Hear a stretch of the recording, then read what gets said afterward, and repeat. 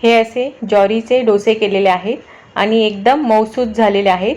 हाताने प्रेस करून दाखवते, एकदम हलके झालेले आहेत।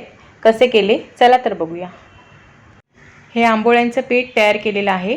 प्रमाण म्हणजे 4 वाट्या तांदूळ, 1 वाटी उडदाची डाळ आणि अर्धा वाटी ज्वारी असं हे 7-8 तास भिजत ठेवलेलं होतं। आणि हे भिजत ठेवताना त्यात 1 चमचा मेथी दाणे घातलेले होते। असतं पण मी 7-8 तास भिजत टाकलेले, त्याच्यामुळे छान पीठ फुलून आलेलं होतं। आणि ह्याचा रंग बघू शकता। आणि थोडंसं 2 चमचे तेल टाकून मग वाटून मुरत ठेवायचं। पिढ्याला थोडंसं तेल लावून छोट्याशा कांद्याने पसरून घ्यायचं, म्हणजे कांद्याचा पण सॉस छान उतरतो, ही पसरलं जातं छान। तर तवा तापलेला आहे, पीठ वाटीने पसरून घेते। हलक्या हाताने करायचं।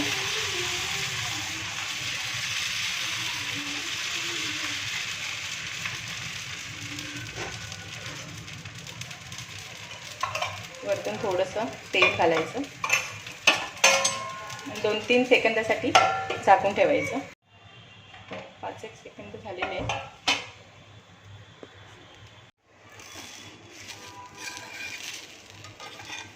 टर्न करून घेतो।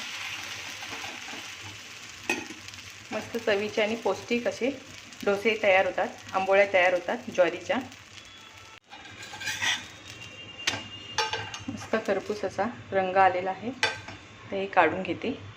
ह्याचा कलर थोडासा सफेद पांढरा शुभ्र होत नाही, कारण ज्वारी घातल्यामुळे थोडासा लालसर सारखे हे आंबोळ्या होतात, डोसे होतात। आणि कांद्याचा वापर नक्की करा, कारण प्रत्येक डोस्याला कांद्याचा वास छान येतो, खमंग असा। ब्रशनी किंवा इतर याच्यानी चमच्यानी वगैरे असं स्प्रेड करायची गरज नाही। जे पारंपरिक पदार्थ करायचे त्याला काहीतरी कारण असायचं। कांद्यामुळे थोडं तेल पसरलं जातं आणि भिडायला ग्रीसही छान होतं, डोसा चिटकत नाही आणि कमी तेल लागतं। असे सर्व डोसे आता काढून घेते। आंबोळ्यांना जाळी छान पडलेली आहे। इथे मस्त हलके आणि असे सुंदर असे डोसे झालेले आहेत आणि शिवाय पौष्टिकही आहेत। मस्त आंबट चटपटीत असं लिंबाचं लोणचं, सोबत कांदा, आंब्याच्या फोडी, जे आंबोळ्या केलेल्या होत्या पौष्टिक ते, भात आणि ही काळ्या वाटाण्याची उसळ किंवा सांबार आहे।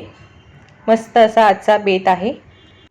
आता पावसाळा चालू आहे, त्यामुळे वातावरण हे दमट असतं, पीठ लवकर येत नाही। त्यामुळे जेव्हा पीठ आपण फर्मेंट करण्यासाठी ठेवतो तेव्हा अख्खा कांदा त्याच्यात साल काढून टाकायचा, म्हणजे उष्णतेने पीठ छान फुलून येतं, शिवाय लवकरही येतं।